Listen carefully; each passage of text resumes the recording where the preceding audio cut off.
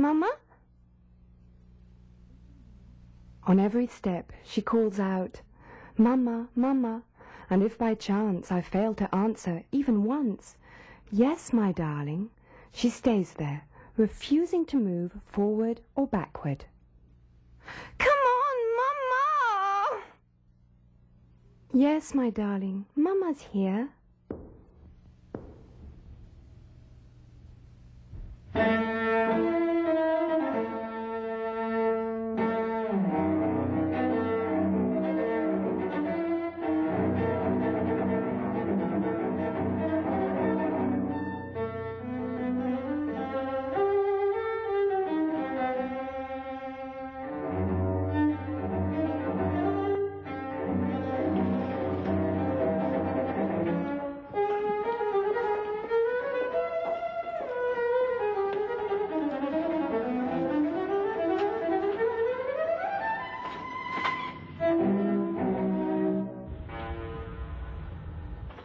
I want to discover how to go to heaven by a little way, which is very straight, very short, and completely new.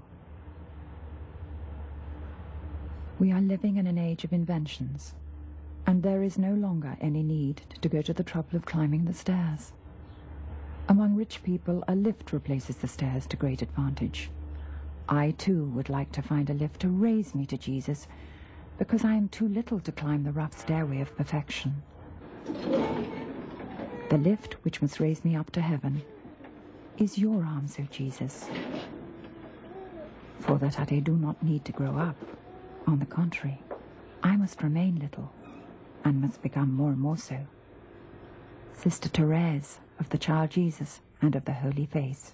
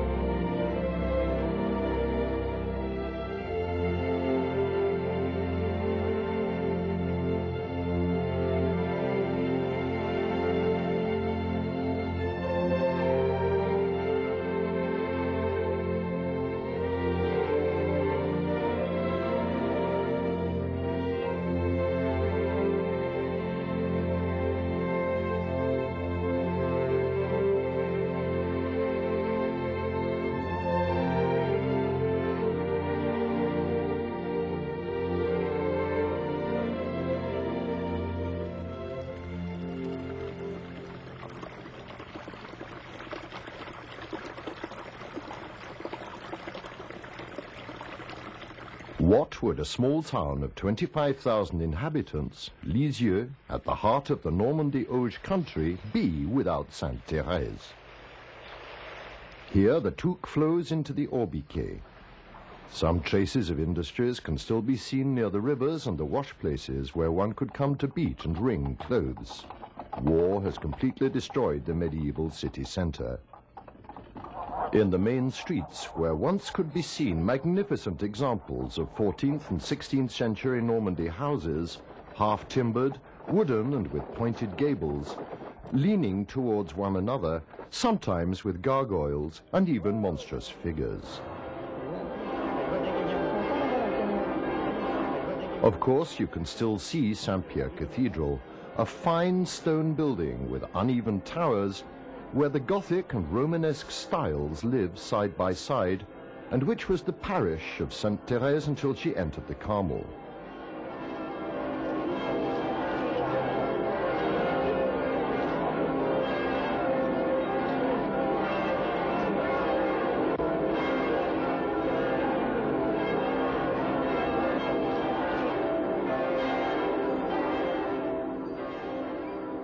But medieval Lisieux practically disappeared during the bombings of the Second World War in June 1944.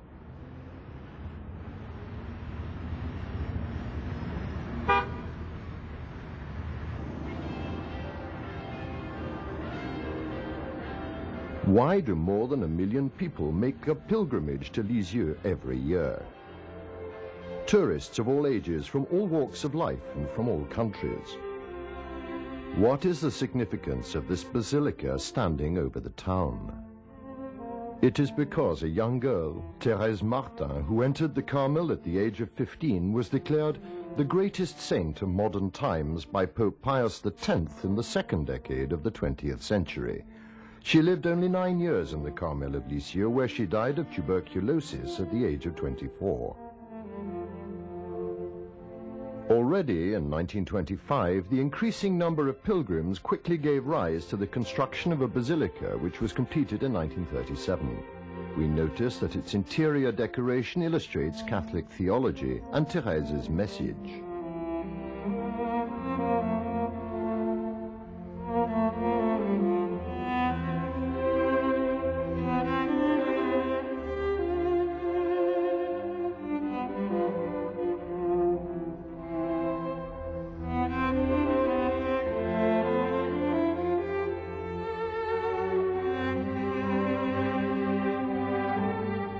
Cloistered, hidden, unknown, she wrote her memoirs, The Story of a Soul. They were published in 1898, 1 year after her death. She was not concerned about publication. In obedience to her superior, she wrote 3 manuscripts during her rare periods of free time. The first edition ran to 200 copies. It was a triumph, and it was translated into more than 60 languages. On her death, one of her sisters said, "What is there to say about Sister Thérèse of the Child Jesus? She didn't do anything."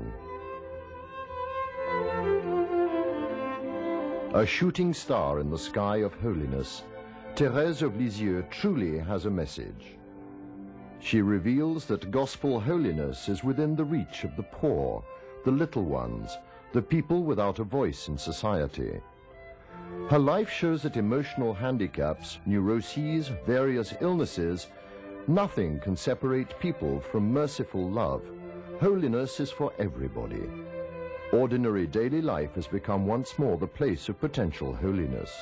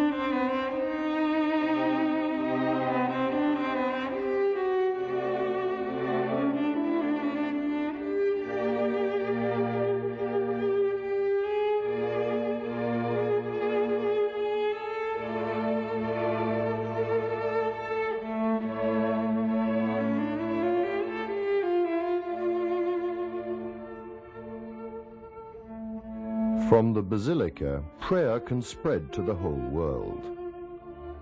In 1896, Thérèse had discovered the fullness of her vocation, universal love. I want to spend my heaven doing good on earth. She advanced by leaps and bounds in 24 years of earthly life to attain, while still young, the wisdom of the aged.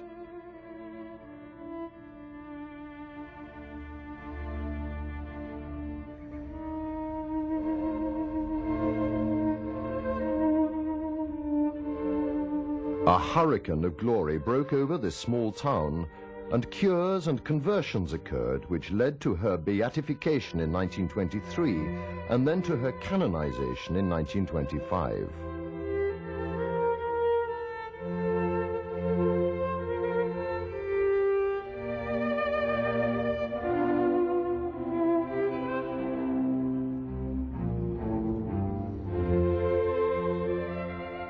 "100 years later, the devotion continues, testifying that all that Thérèse of Lisieux said was true.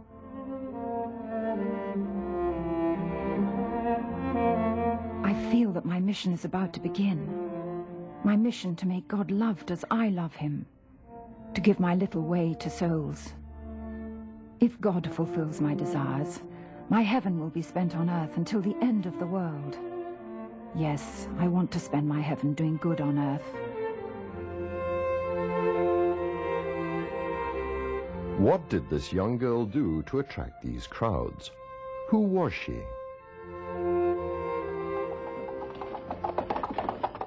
The waters of the Brioute and the Sarthe flow through the town of Alençon, graceful, nearly aristocratic, sober-style manners, with stones that sing. Picturesque and peaceful, the town is noble. A natural distinction gives to Alençon an old French cachet. Urbanism left its splendor to the crowned tower and to several palaces, but especially to Notre Dame, witnessing to a flamboyant style which has placed the best of its beauty on the outside. The triple archway's porch is a true masterpiece with its orthogonal towers, its balustrades and arabesques calling to mind the precious art of the lace makers of Alençon.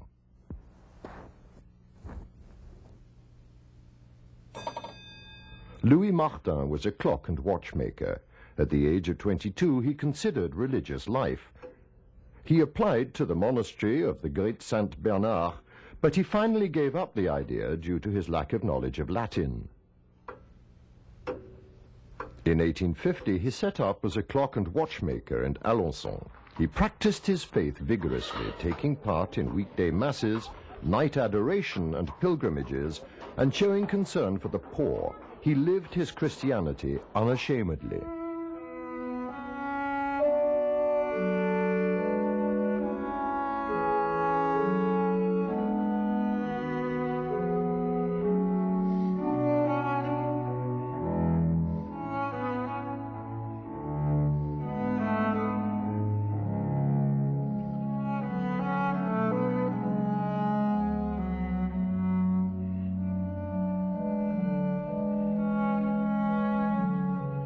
Marie-Azélie Guérin was a prodigious worker. She had thought of becoming a nun, but the superior of the Hôtel Dieu in Alençon strongly advised her against it. Disappointed, she learnt the craft for which Alençon was famous in Europe, lace-making. She very quickly became so adept in this very delicate and painstaking work that soon she set herself up in business in the Rue Saint-Blaise. Scarcely 3 months elapsed between her first meeting with Louis Martin and their marriage.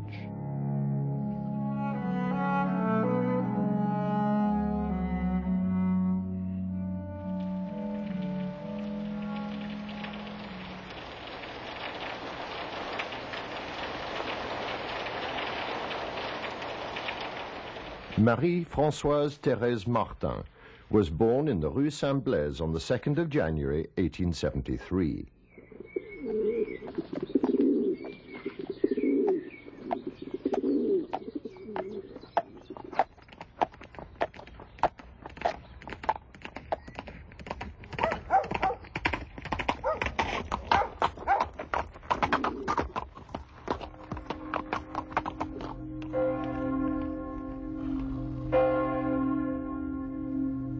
She was christened 2 days later in the baptistry of the Church of Notre Dame, where she actually started to live the liturgy which would accompany her throughout her life.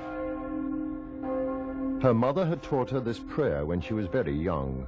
"My God, I give you my heart. Take it, please, so that no creature can possess it but only you, my kind Jesus."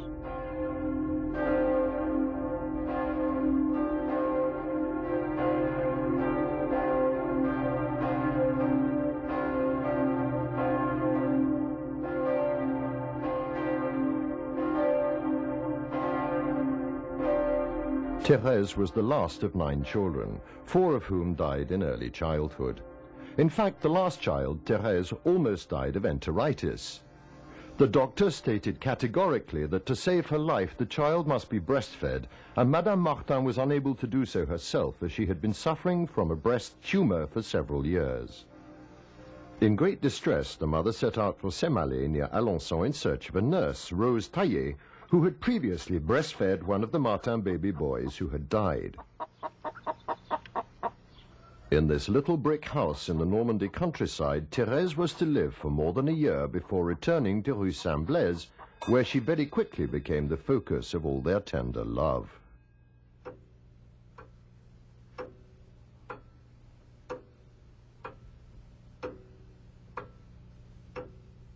Marie was the eldest, the godmother of Thérèse.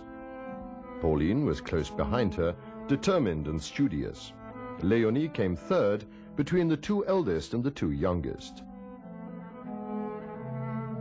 As for Céline, brimming with zest for life, she was to be very close to Thérèse. The sovereign power of God, trust in his providence, surrender to his will inspired all the thinking and regulated all the activities of the husband and wife. Thérèse was to write later, "The good God gave me a father and mother more worthy of heaven than of earth." And Pauline said, "My parents always seemed to me to be saints. We were full of respect and admiration for them. Every morning they went to Mass and often received communion. They observed the day of rest on Sunday with the utmost care, and they were very charitable towards the poor." As a family, they prayed together morning and night, and at the end of the day, they listened to a reading from the Gospels. Thérèse's dominant characteristics at the age of 3 were hypersensitivity and extremely strong willpower.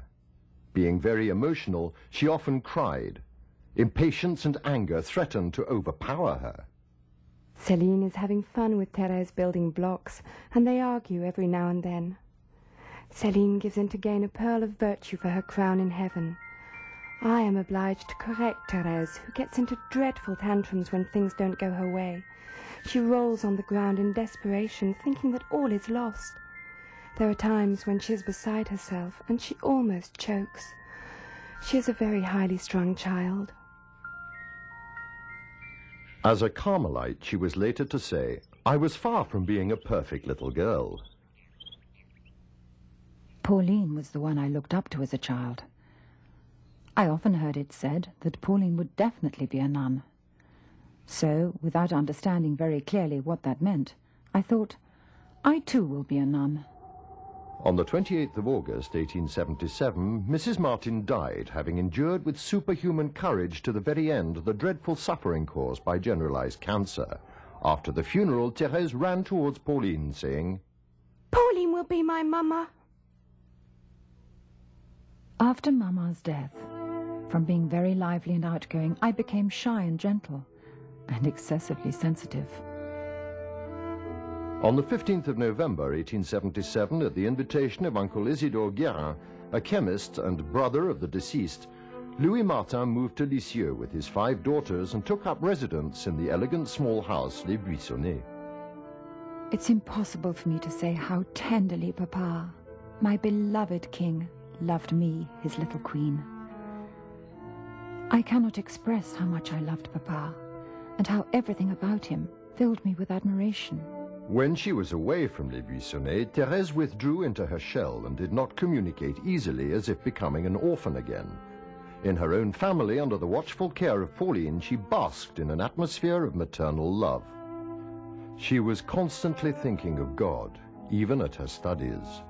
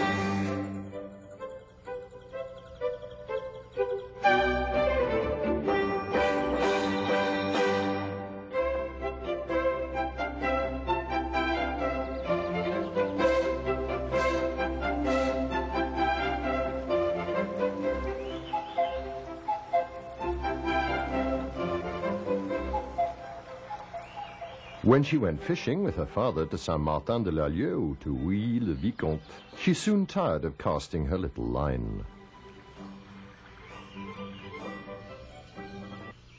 I preferred to sit alone on the grass dotted with flowers.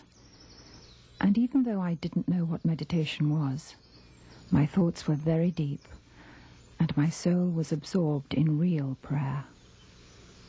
The world seemed to me a place of exile, and I dreamed of heaven.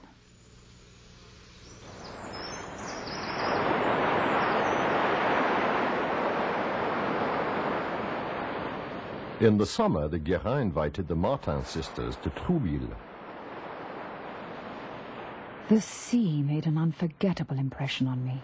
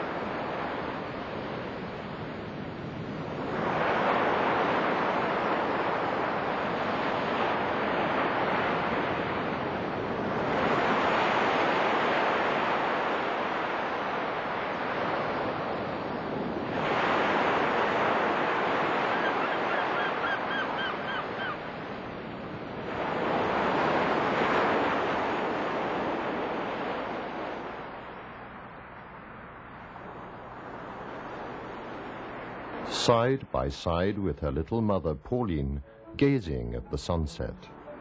I resolved to keep my soul always beneath the glance of Jesus, so as to sail peacefully towards heaven's shore.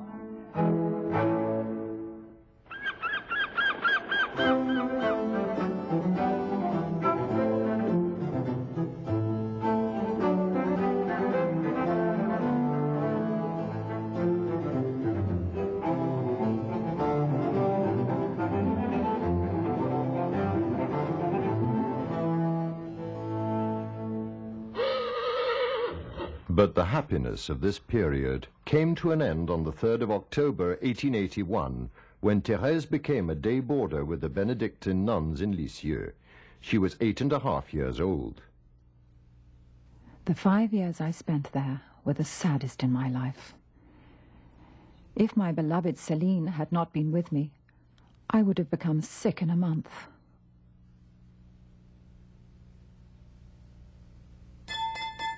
Some students were jealous of her good school results and bullied her, and contact with them caused her extremely sensitive nature to suffer deeply. Alouette,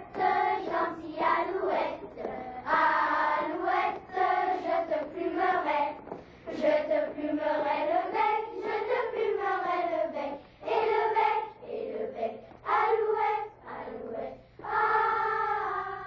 The curate of the Saint-Pierre Cathedral was impressed by young Thérèse in the confessional.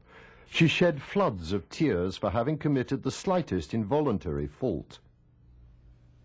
Behind this sensitivity, which many considered self-preoccupation, there was almost always a supernatural motive, such as the fear of having offended God.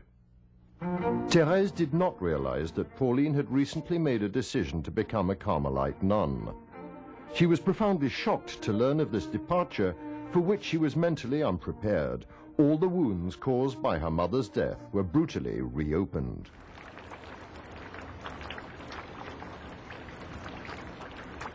I felt that Carmel was the desert where God also wanted me to go and hide myself.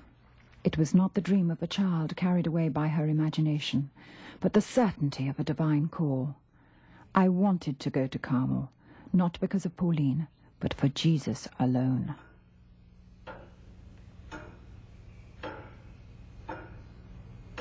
Debilitated by the separation from Pauline, Thérèse returned to school at the Abbey. But on Easter Sunday night in 1883, she became seriously ill. Her emotional frustration led to a neurotic crisis. She was seized with nervous trembling, bouts of terror and hallucinations, without ever losing the use of her reason. On Pentecost Sunday, the illness reached a crisis. Lying in bed in Marie's room near the statue of the Blessed Virgin, which the family held in veneration, Thérèse seemed distraught, but she turned to Our Lady, who was about to manifest herself to her. Suddenly the Blessed Virgin appeared beautiful to me, with a beauty greater than I had ever seen. Her face radiated profound kindness and tenderness. But what penetrated to the very depths of my soul was her wonderful smile. Then all my sufferings disappeared. 2 large tears rolled down my face, but they were tears of unalloyed joy.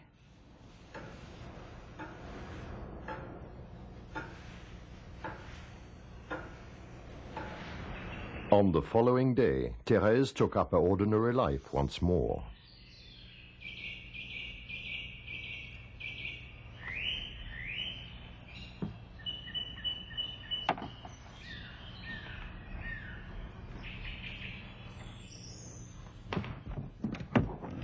Thérèse had been cured.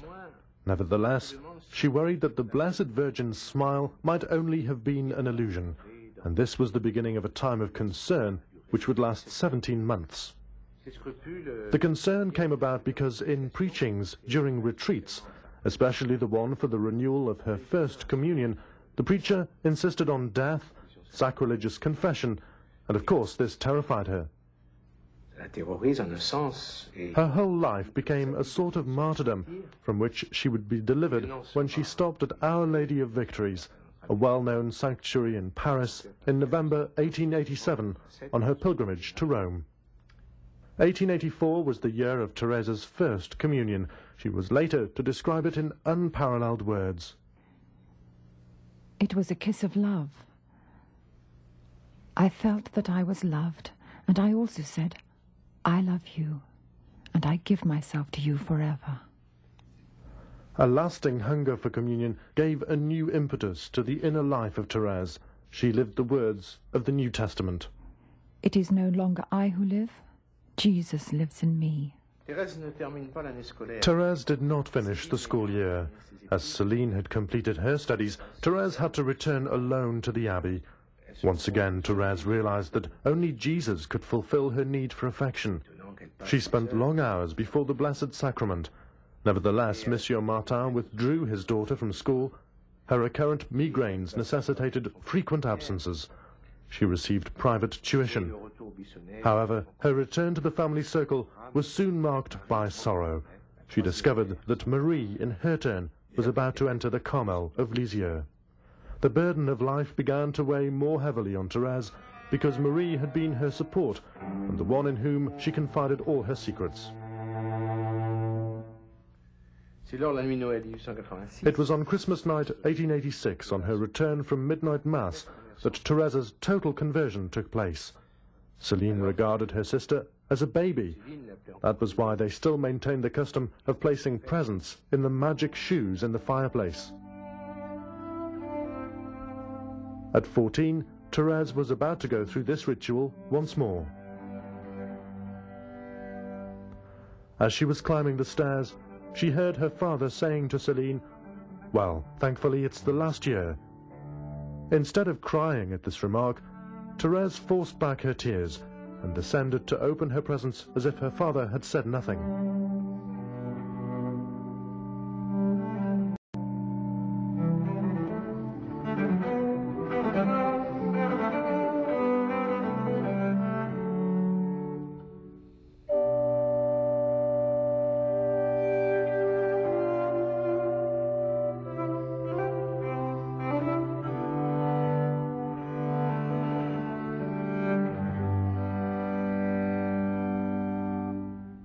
Jesus changed the night of my soul into radiant beams of light.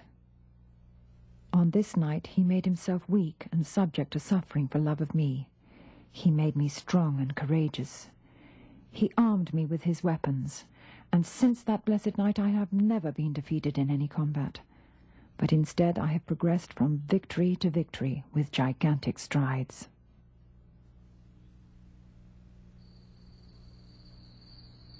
Therese had arrived at the stage of communicating her impressions to Celine. They were increasingly becoming soul sisters. Their conversations each evening in the Belvedere at Les Buissonnets raised them so high above this earth that it seemed to them they were receiving graces as elevated as those granted to the great saints. 6 months after her Christmas conversion at the Church of St. Pierre, a picture slipped out of her missal, and she saw the blood of Christ spreading. Therefore she resolved to spend her whole life at the foot of the cross to receive this blood for the benefit of sinners. "I felt myself drawn to the souls of great sinners," she said, "and I burnt with the desire to snatch them from the eternal flames." A few days later, Therese was able to put into practice her resolution to save sinners. On the 13th of July 1887, Henri Pranzini was condemned to death. Wanting to save him at any cost, she prayed for him, made sacrifices and asked for a sign of his salvation. And she was deeply moved when, on the next day, she read in La Croix newspaper that he had kissed the crucifix 3 times before his execution on the guillotine. This episode of the salvation of an assassin gave birth to the universal patroness of the missions. Therese chose the day of the Pentecost to confide to her father her great desire to enter Carmel as soon as possible. Monsieur Martin, who had already accepted the vocations of Pauline, Marie, and even Leonie, who had just asked his permission to enter the Visitation Monastery at Caen, offered no resistance to Therese's plans. He picked a saxifrage flower from the garden wall and gave it to his daughter, while explaining to her that she herself was a little flower which the good God had always surrounded with jealous care. "The divine call was so strong and persistent," she wrote, "that even if I had to pass through fire, I would have done so in order to be faithful to Jesus." But a series of daunting obstacles were to oppose her plans, while Pauline, Sister Agnes of Jesus, rallied to the defense of her young sister. Uncle Garon's resistance crumbled quite quickly, but the superior of the Carmelite monastery was formally opposed to Therese's entrance. "Let her wait until she's 20, unless, of course, the bishop gave permission." Therese seized the opportunity.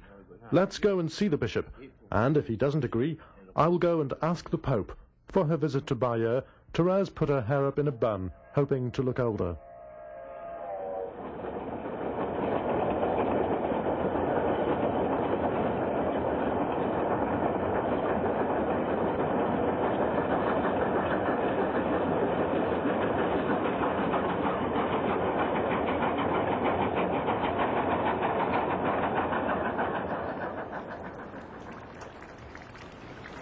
Monsignor Huguenin avoided taking a decision, as he wished to discuss it first with the superior of the Carmel. In short, only one hope remained: Pope Leo XIII. Monsieur Martin had in fact already booked places for Celine, Therese, and himself on a pilgrimage to Rome, organized in honor of the Jubilee of Leo XIII.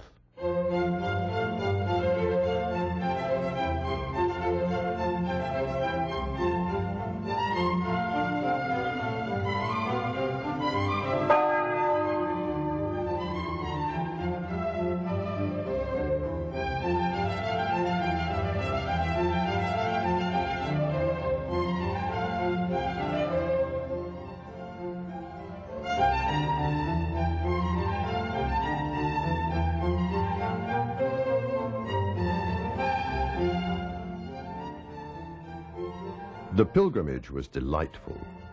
It was a month-long trip beginning with Milan, Padua and Venice, and 75 priests participated. Therese made an important discovery regarding priests. They are neither angels nor gods. She heard their sometimes less than edifying conversations and noticed their shortcomings. She realized that they are weak and that the salt of the earth needs to be protected. She aspired to become the apostle of apostles, praying for them while they evangelized souls by their words and especially by their examples. The papal audience was arranged for Sunday, 20th of November, 1887. Therese knelt before the Pope like everybody else. Most Holy Father, I have a great favor to ask of you. In honor of your Jubilee, permit me to enter Carmel at the age of 15. Well, my child, said the Pope, do as the superiors tell you. If you said yes, everybody would agree. You will enter Carmel if God wills it, concluded Leo XIII.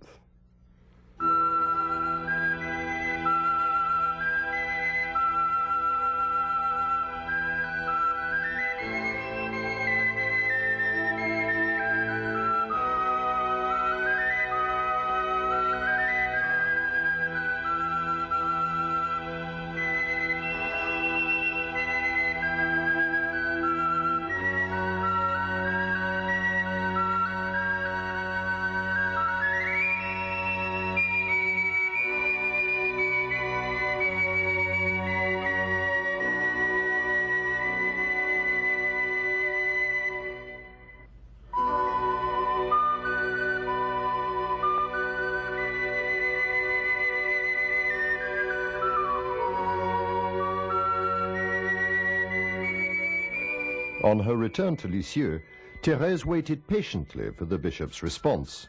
Finally, on the 1st of January, the eve of her 15th birthday, the answer came. It was yes. Monday, the 9th of April, was the date chosen for my entrance. My heart was beating so violently that it seemed to me impossible to approach the enclosure door when motioned to do so. Therese knelt on the tiled floor to receive her father's blessing, and the superior of the Carmel did not hesitate to express again his disapproval of the entrance of such a young postulant. I hope she will not disappoint you, but if she does, I assure you that the responsibility will be entirely yours. This is for always. I am here forever.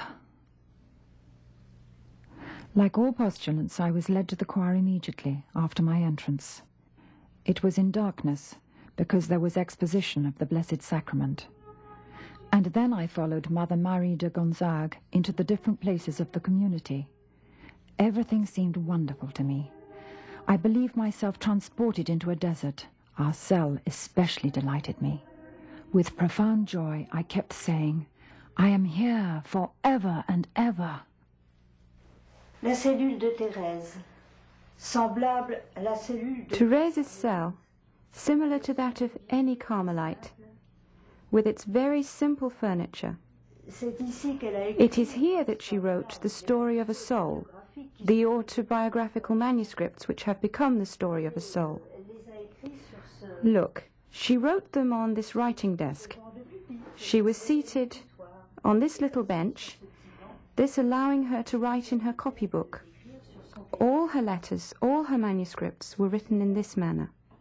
Ces manuscrits ont été écrits de cette manière.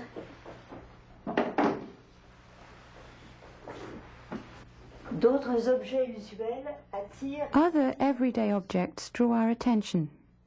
Cette horloge de sable, the hourglass with which she kept time, le sablier, la petite the small oil lamp which Thérèse used for lighting in her cell and to move along corridors and on the stairs, especially when she went to the divine office.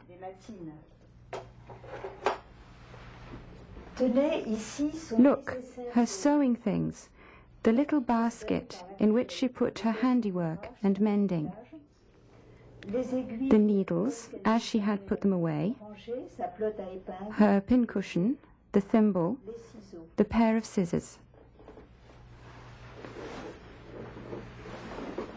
pièce est bien sombre. The room is quite dark. We could let in some light.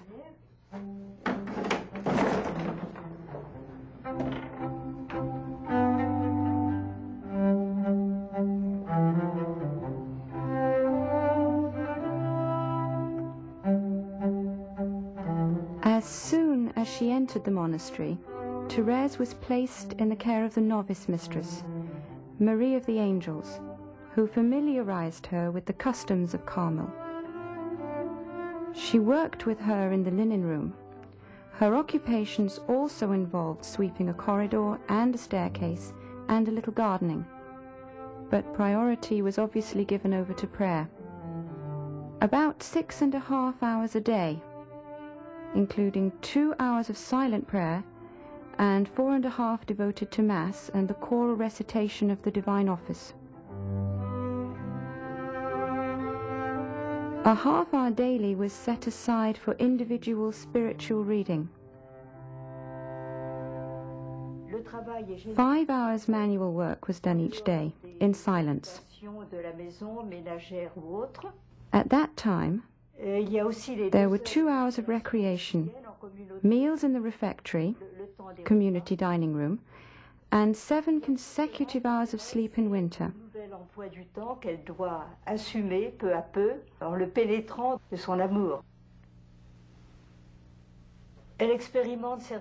In spite of the cold, which she endured in silence, the lack of sleep, and the uncongenial food, humility was the keynote of this period in her life.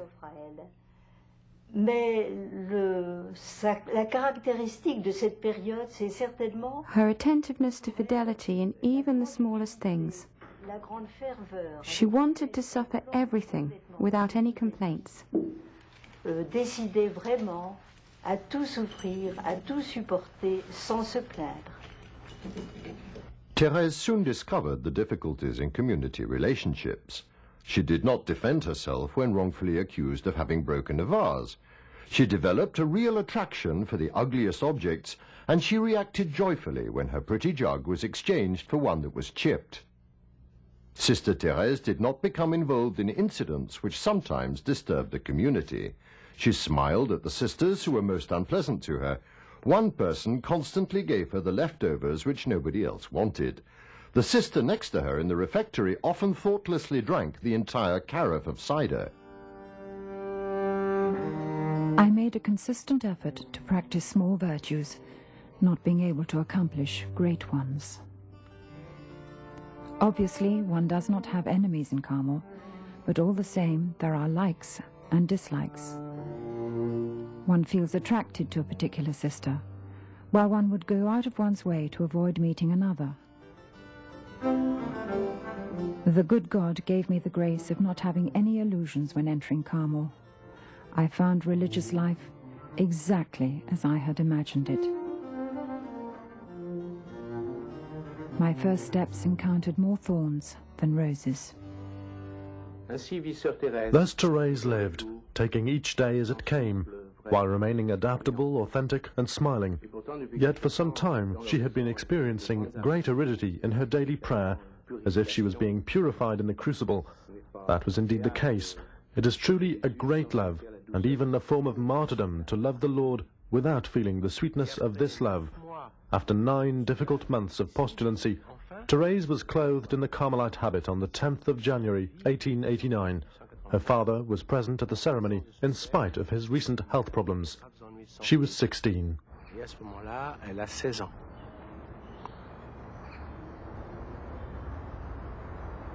Thérèse saw this reception of the habit as an act of complete self-giving to Jesus.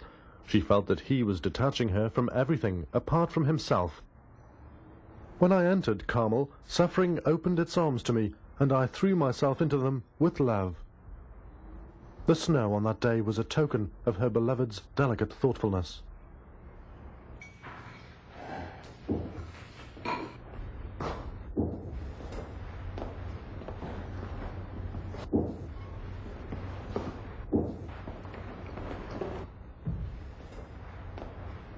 Suite de la correspondance de Sainte Thérèse d'Avila. à Don Lorenzo de Cepeda, frère de la Sainte. Que l'Esprit Saint soit toujours avec vous. Amen. Et qu'il vous récompense du soin que vous avez pris de nous secourir tous avec tant de diligence. The novice was given a new assignment, preparing the water and bread in the refectory and ringing bells. What happiness to be so completely hidden that nobody thinks of you, declared Therese, who immersed herself in her desert vocation.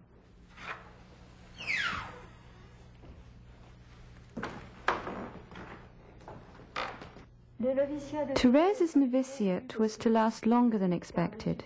The superior had not relented. He considered Therese too young to make a definite commitment. Of course, she was disappointed, but she succeeded in putting this time to good use to prepare herself wholeheartedly. Moreover, it was during this period that she discovered St. John of the Cross. Love is the only way I know to reach perfection. It is important to hold on to this one word, love. After an additional 8 months as fiancée, Therese reached her goal. She became a Carmelite at the age of 17 and a half. She made a preparatory retreat of 10 days, which proved to be full of aridity. She was panic-stricken the night before she made her vows. I do not have a vocation, she thought. She carried over her heart a handwritten note which clarifies the approach she adopted.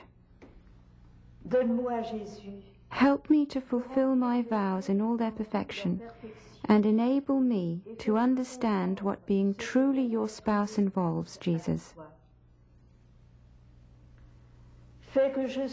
May I save many souls. May no soul be lost today, and may all the holy souls in purgatory be released.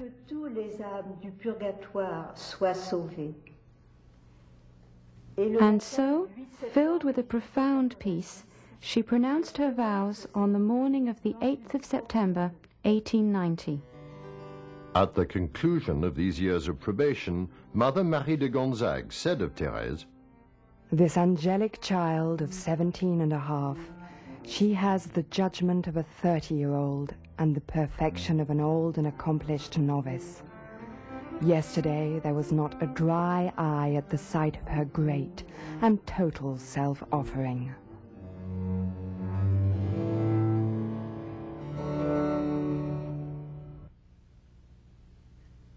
From that time forward, Sister Therese went deeper into the desert. She continued to do the everyday tasks with wholehearted love. She tried not to let any little sacrifice, any look, any word escape, but to take the opportunity to do all the smallest things with love. Nobody noticed her heroism in littleness. She wanted to be increasingly solitary for Jesus, alone, to save souls for him, especially the souls of priests. But how is holiness to be attained with the threat of sin ever present? During a retreat, she heard it said, nobody knows whether he is worthy of love or hatred. Father Prue's zealous preachings were to be a great comfort to Therese. She felt understood. My soul was an open book to the retreat father, who read it with more comprehension than I did myself. He launched me on the waves of confidence and of love, which attracted me so powerfully, but on which I had not dared to venture. The priest told her that her sins did not offend God, and he assured her in God's name that he was very pleased with her. Thereafter she surrendered completely to trusting in God, and she searched the scriptures for the approval of her audacity. She often repeated the saying of St. John of the Cross, "One receives from God just as much as one hopes for." It is especially the Gospels which sustain me in my prayers. In them I find all that my poor little soul needs.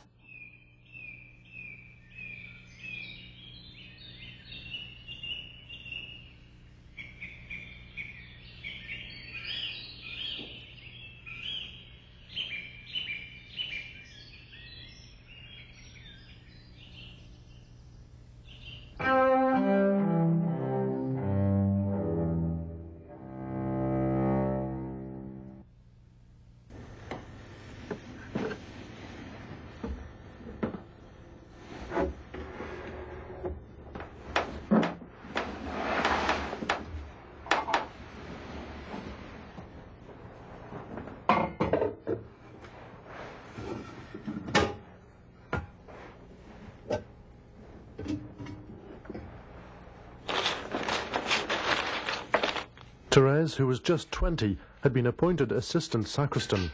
The date was the 2nd of January 1893. Behind her were 5 years of Carmelite life, 5 years of suffering willingly undergone. She was slowly emerging from this long winter, this period of obscurity, freely accepted. An important event was to help her enter into a new springtime. Sister Agnes of Jesus was elected prioress on the 20th of February. In this way the mother, chosen in Alençon and lost at Les Buissonnets, became again, at the age of 30, Therese's mother.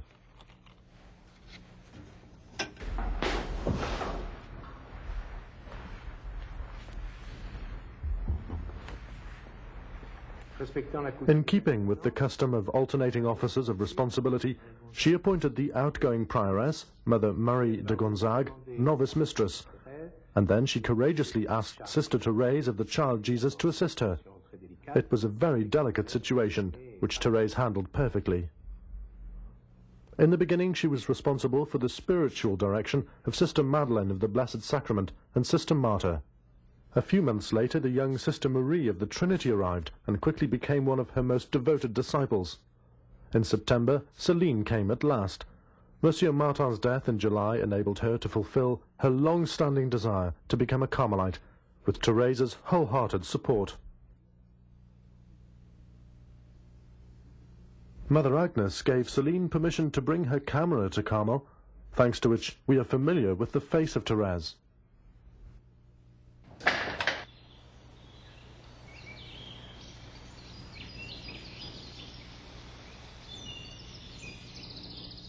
Following in the footsteps of Teresa of Avila and St. John of the Cross, Therese wanted to lead her novices along the way of love in faith and renunciation. She urged them to focus all their love on the God who is humble, compassionate and understanding, pardoning sin and overwhelming us with grace. On principle, she excluded all pretensions to extraordinary or sensational spiritual ways, counseling them to have as their guiding light pure faith alone and the intention of pleasing Jesus in the here and now, that is, in the present moment, and the tiny details which are the stuff of daily life.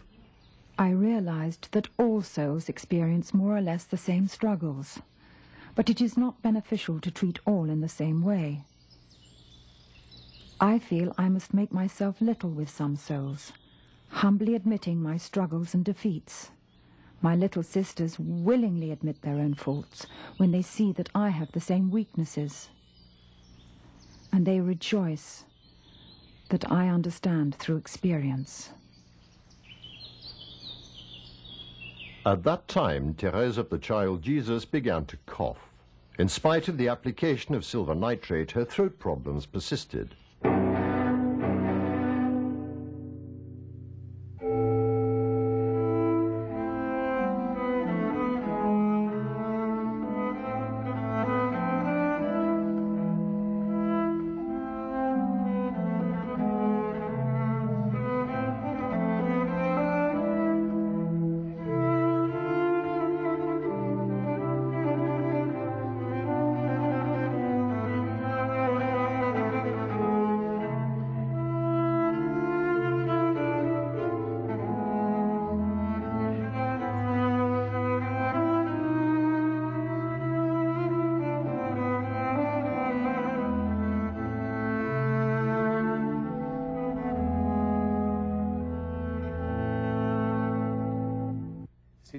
In notebooks which Céline brought to the Carmel, Therese discovered some verses which were going to light up her way.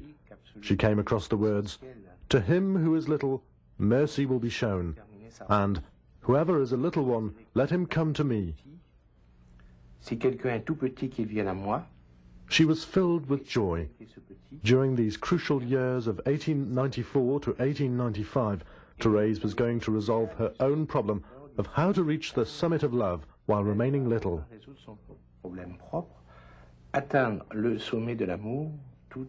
Because she is this very little one.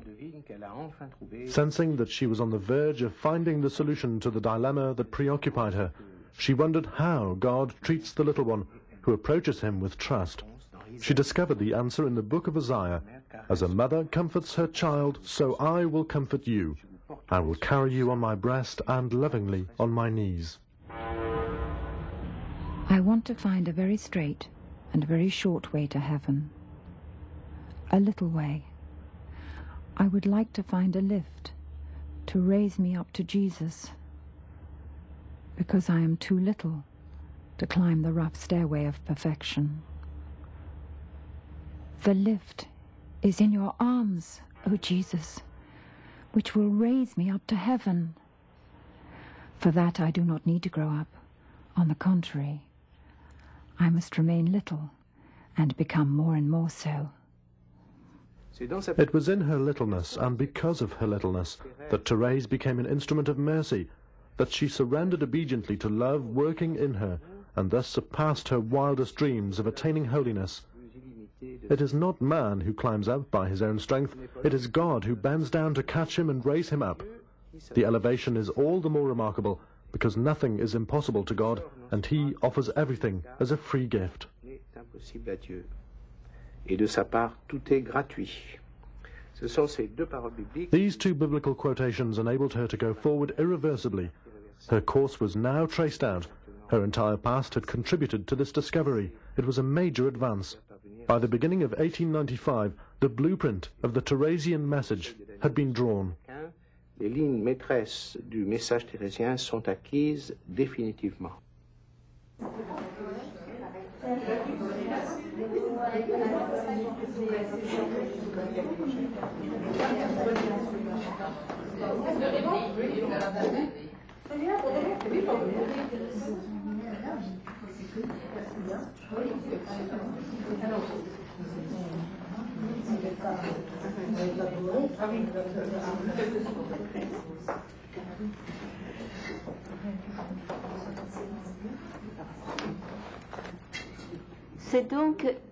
It was in this room that the decision was taken that Thérèse should write her autobiographical manuscripts. In fact, we owe them especially to Thérèse's elder sister and godmother. When they were chatting here one January evening in 1895, and Thérèse was recounting her childhood memories, Mary of the Sacred Heart said to the mother Agnes, "Would it not be sad to allow Sister Thérèse's childhood memories to be lost without asking her to write them?" Thérèse ne nous écrive rien de ses souvenirs. Thérèse set to work obediently, generally in the evenings after the office of Compline. But before she began, she knelt in the anteroom of her cell, in front of the Virgin of the Smile, imploring her not to allow her to write a single line which would displease her. It was in fact a retelling of her life in the light, of the Word of God and of the discovery of the little way. She took up her pen, she said, only to sing the mercies of the Lord as she had experienced them. On the 20th of January 1896, Thérèse placed the manuscript on the stall of the prioress, who was totally unaware that she was receiving the religious bestseller of the next century, and who left it unopened in a drawer for several months.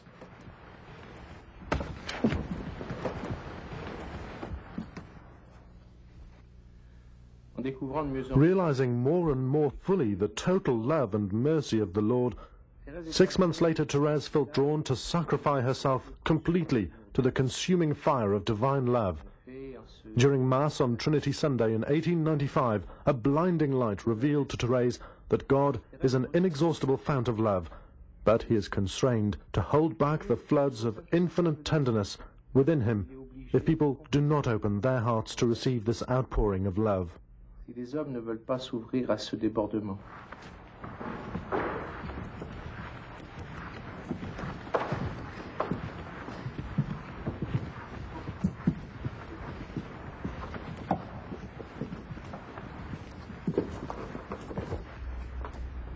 Imbued with the spirit of St. John of the Cross, Thérèse grew in the realization that God is a flame of love, who longs only to enkindle the hearts who yield themselves to this furnace.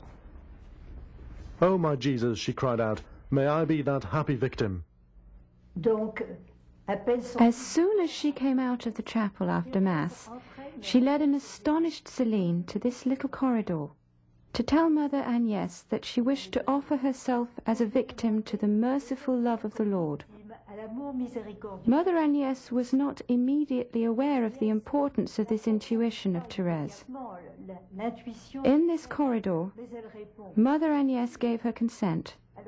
Delighted, Thérèse went to her cell, where she composed the act of offering to the merciful love of God. It constituted a new decisive stage in this hidden life. Thérèse will now travel to the end of this path she has discovered. She could not do other than give her life totally to him who had given his life to her. She wished to be entirely engulfed by the fire of love.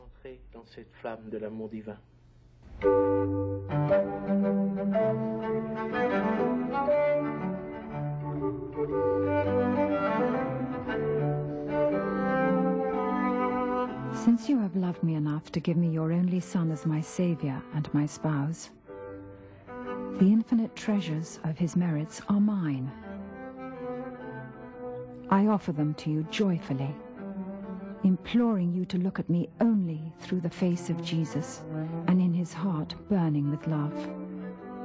In order to live in an act of perfect love, I offer myself to your merciful love as a sacrificial victim, imploring you to consume me constantly, letting the waves of infinite tenderness within you overflow into my soul, and that thus I may become a martyr of your love, O my God. When she wrote Sacrificial Victim, Thérèse was expressing a very profound desire to be totally consumed in the furnace of divine love. The offering, though it was a gift to God, was more truly a complete availability to the gift of God. How was this to be achieved? By believing in it, desiring it, surrendering oneself and allowing oneself to be possessed by God. This conveys all the strength of a child advancing along the road to holiness. It would be a serious distortion of her little way to forget her desire to give to the Lord love in return for love. Love can be repaid only by love. These are the only words written beneath her coat of arms at the end of her first manuscript. She longed to appear before him with her hands filled with flowers of her love. With the sole intention of pleasing him, she said, and of saving souls for him, as she wrote in her act of offering. On Holy Thursday night, 1896, scarcely had she gone to bed when Thérèse felt what seemed like a stream bubbling up to her lips. She waited until dawn to be sure if her handkerchief was stained with blood. At 5:45 a.m., the light coming through the partially open shutter confirmed that her handkerchief was full of blood. Instead of being worried, she saw it as the call of Jesus to be with him in heaven.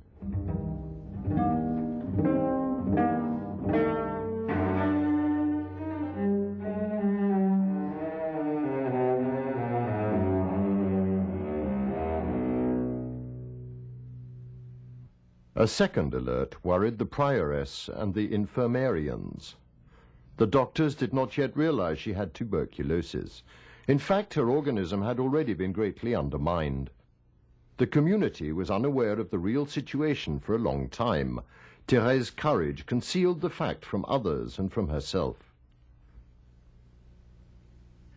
The destiny of Thérèse of the child Jesus was quite exceptional, for she endured a spiritual and physical ordeal lasting the final 18 months of her life. Suddenly, during that Easter season, her joy disappeared. Obsessive thoughts concealed heaven from her. She sensed that there were souls devoid of faith. She willingly accepted to remain alone in the darkness so that atheists might receive light. She was sitting at the table of sinners. It was at that time she wrote the creed in her blood at the end of her copy of the Gospels. Living through this temptation to doubt the existence of the future life affected Thérèse in her deepest desire, that of doing good after her death.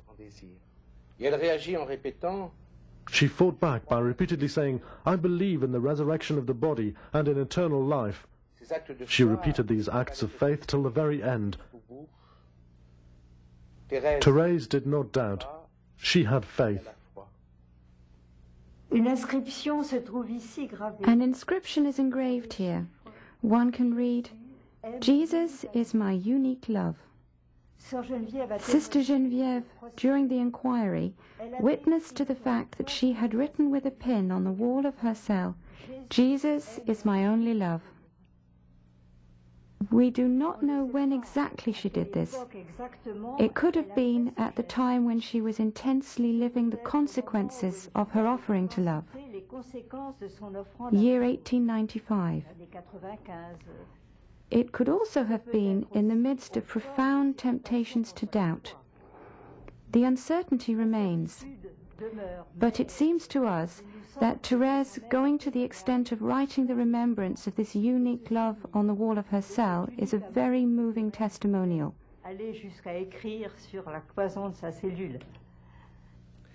It was in this state of mind that Thérèse began her annual 10-day solitary retreat, a time which proved to be one of rare spiritual richness and depth.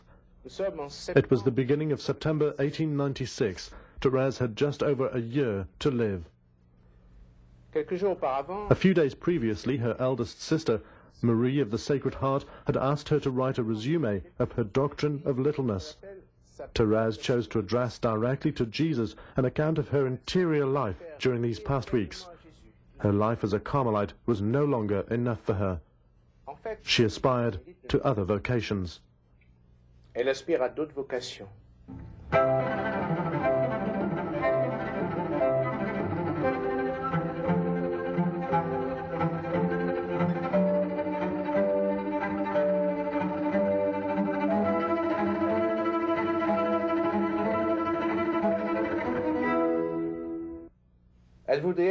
She would have liked to have been a warrior, a priest, an apostle, a doctor of the church, a martyr. She would have liked to preach the gospel in every corner of the world, to be a missionary from the beginning of creation to the end of time. Yet she realized the folly of these desires, since she was only a little soul filled with weakness. Alors qu'elle n'est qu'une petite âme impuissante. Charity gave me the key to my vocation. I understood that since the church had a body, composed of different members, the most essential and noblest of all could not be lacking. I understood that the church had a heart, and that the heart was burning with love. I understood that the love alone was the motivating power inspiring the members of the church to act, and that if love ever became extinct, the apostles would no longer preach the gospel. Martyrs would refuse to shed their blood. I understood that love spanned all times and all places. In a word, that it is eternal. Then, in an ecstasy of joy, I cried out, "Oh, Jesus, my love, at last I have found my vocation. My vocation is love." When she received the text written by Thérèse, which was later to be called manuscript, Sister Marie of the Sacred Heart was filled with awe. If you want my opinion, I think you are completely possessed by God, just as the wicked are by the devil. What pleases God is to see that I love my littleness and my poverty and the blind hope I have in his mercy.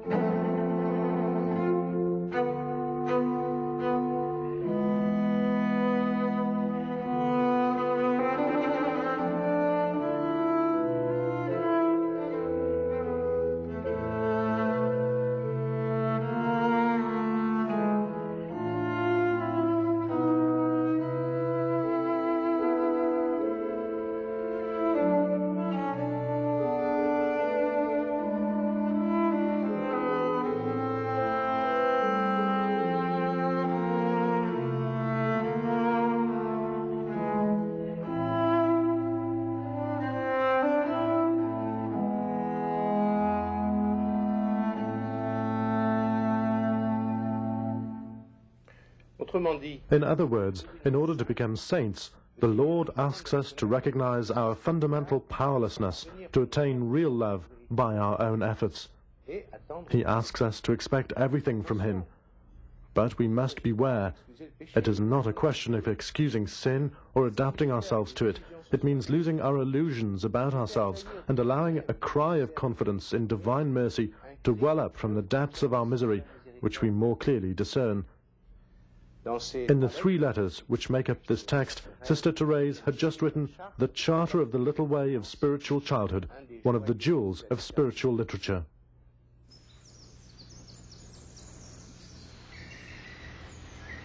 Les soirs d'été, à la saison des roses, Therese came here every evening with her novices. They gathered up the rose petals which had fallen from the rose bushes, and they threw them at the crucifix. Therese's roses were all the acts of love, all the sacrifices, often hidden from her sister's eyes. Of course, these acts of love were not spectacular. Therese knew that. But Jesus saw them. Contact with Jesus gave these acts an infinite value. Dérisoire en apparence, prenait une valeur infinie.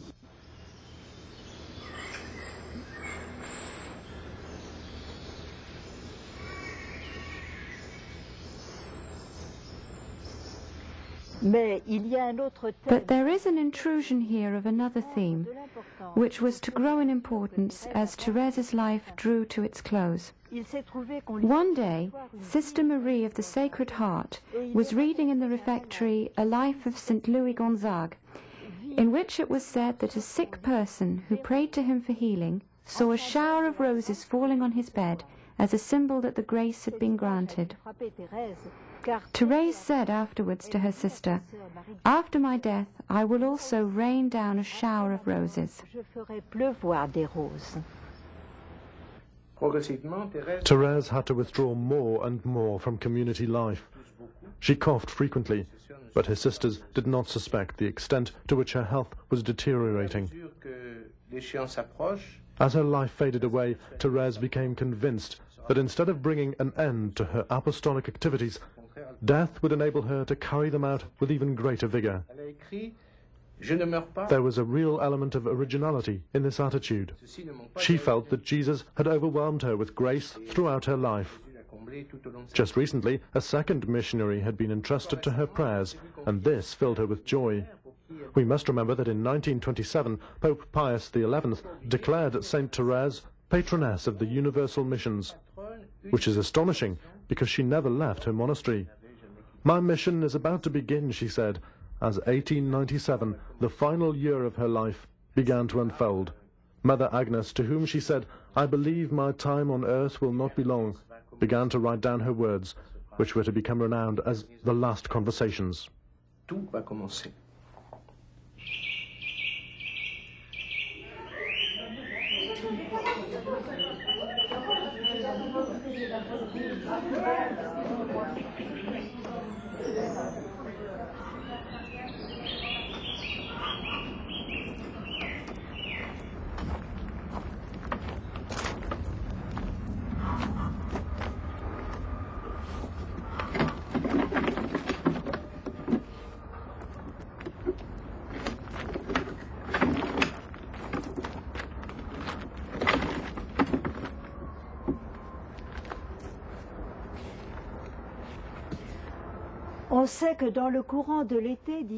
It was mainly here, under the chestnut trees, that Therese, still in obedience, wrote the last manuscript in June 1897, seated in her father's wheelchair. The text begins with an explanation of how she discovered her little way. She said, "I am not racking my brains. It's as if I were fishing. I write whatever comes to the end of my line."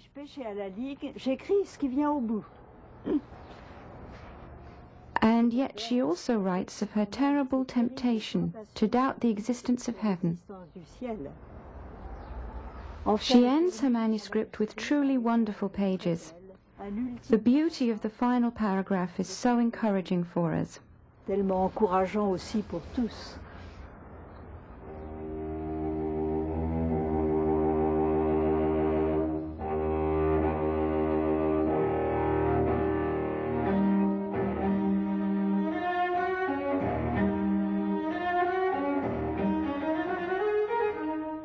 Yes, I feel it. Even if I had on my conscience all the sins which could possibly be committed, I would go and throw myself into the arms of Jesus, broken-hearted with repentance, because I know how dearly he loves the prodigal child who returns to him. It is not because God, in his all-foreseeing mercy, has preserved my soul from mortal sin, that I go to him with trust and love.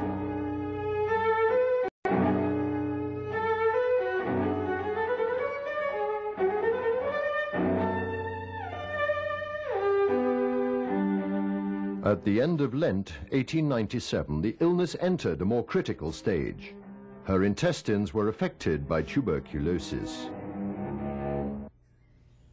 On the 8th of July, Thérèse was transferred to the infirmary.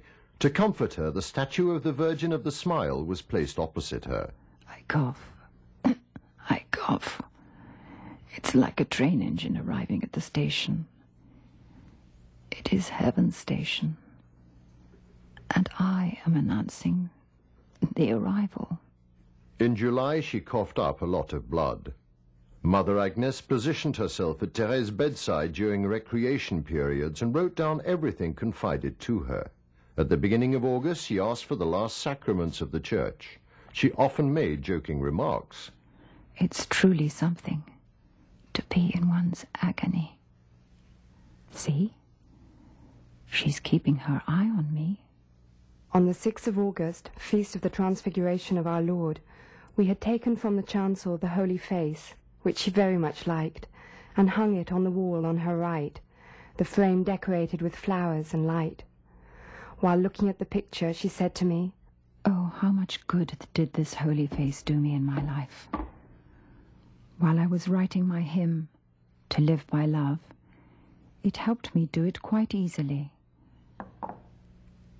I wrote down from memory during evening silence the 15 verses which I had composed with no draft earlier in the day. On that particular day, I had just composed the stanza, To live by love is wiping your face, obtaining the forgiveness of sinners. I repeated these words while passing in front of it with abundant love. Looking at it, I shed tears of love. On the 6th of August, she had hoped to die during the night, and she said early in the morning, I haven't stopped looking at the Holy Face. I thrust aside many temptations. I have done many an act of faith. Towards mid-August, it became apparent that her right lung was completely diseased and that 1/3 of the left was affected. The tuberculosis had reached its final stage. The suffering was atrocious. Thérèse was suffocating. It's enough to make one lose one's reason, she admitted. On the 30th of August, she was wheeled out under the cloister in her bed, where she scattered rose petals on her crucifix, renewing the same gesture in the infirmary. She said, Gather up these petals carefully, my little sisters. They will bring graces to people later. Do not lose a single one.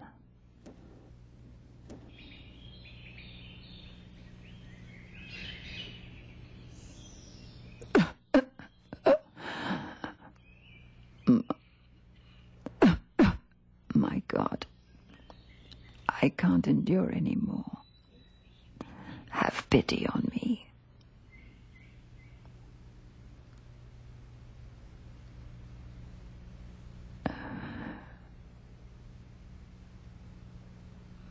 Oh, is this agony? It seems to me I am in it all the time. I will never be able to die. I do not regret surrendering myself to love. Oh, no, I do not regret, on the contrary. Oh, Mother, I assure you the chalice is filled to the brim. But God will not abandon me, I'm sure. He has never deserted me.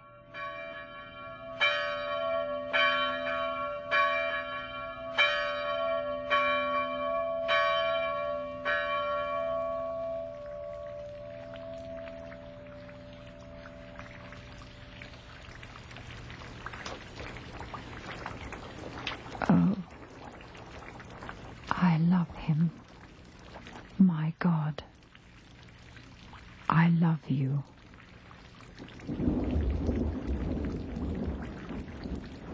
Having pronounced these words, she sank gently backwards on the bed. She looked fixedly at a point slightly above the Virgin of the Smile.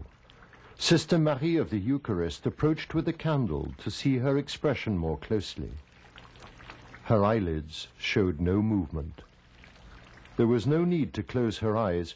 She had closed them herself at the conclusion of her ecstasy. It was 7:20 in the evening.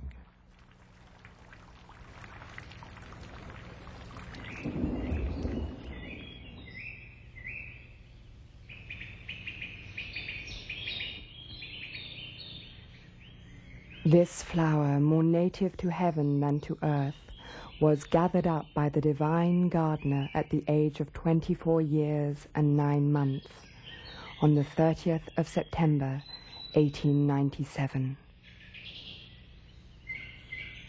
The 9.5 years which she spent among us have left in our souls the perfume of the most beautiful virtues possible in Carmelite life.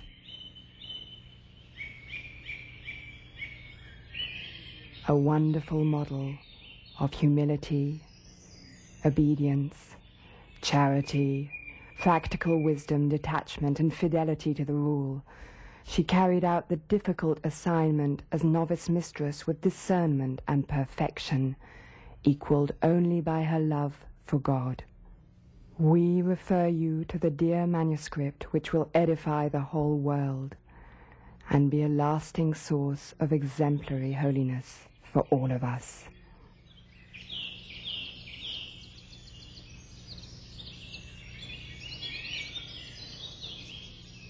This earthly angel had the happiness of flying to her beloved in an act of love. Oh, dearly beloved little one, watch over your Carmel.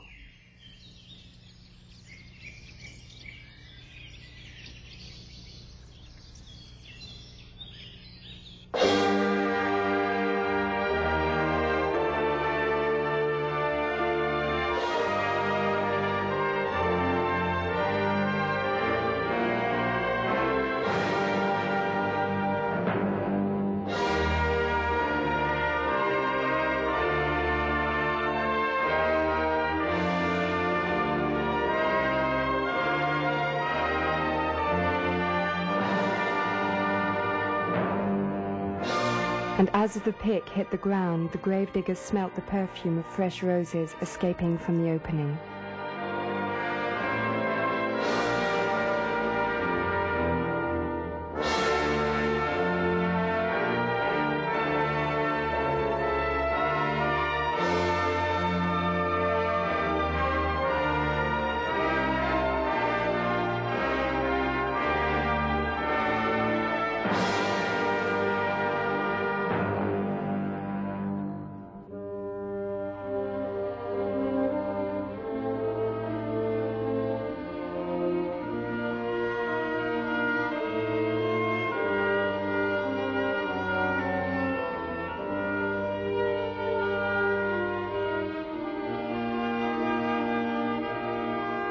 On the 14th of August, 1921, Pope Benedict XV conferred the title Venerable on Saint Therese of the Child Jesus and the Holy Face.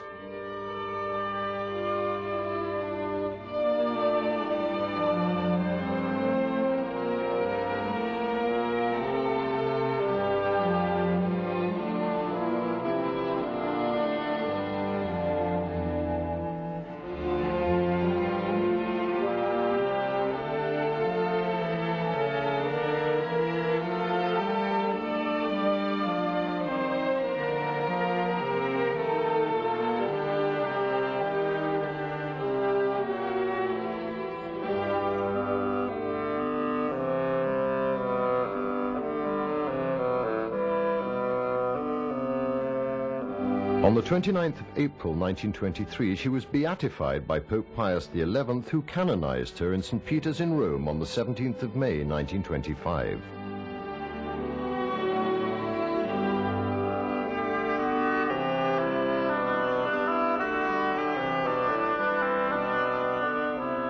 She was proclaimed Doctor of the Church by Pope John Paul II on the 19th of October 1997.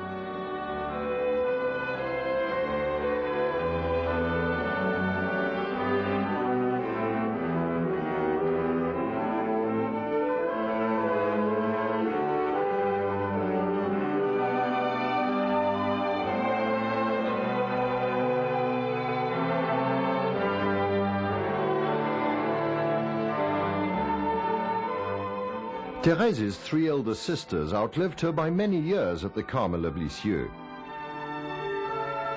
Sister Mary of the Sacred Heart died in 1940 at the age of 80.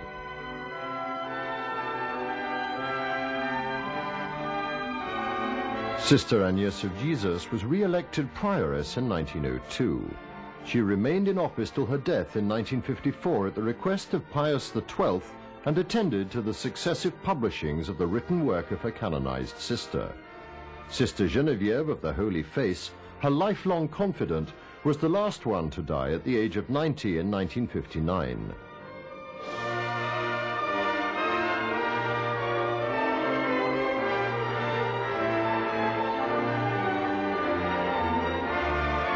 As for Léonie Martin, having become Sister Françoise Thérèse at the Visitation Convent in Caen in 1899, she passed away in 1941 at the age of 78.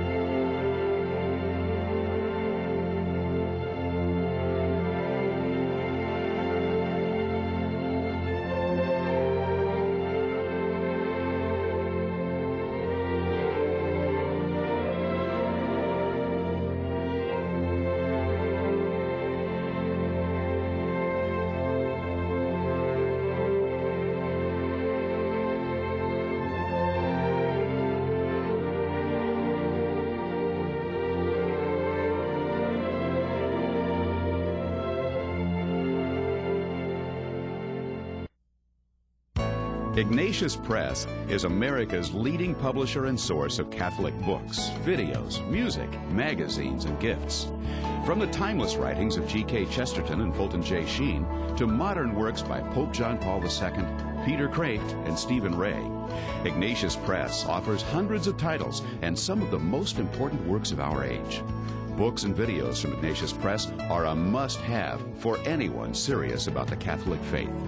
For a free catalog, please call 1-800-651-1531 or visit the comprehensive Ignatius Press website at www.ignatius.com.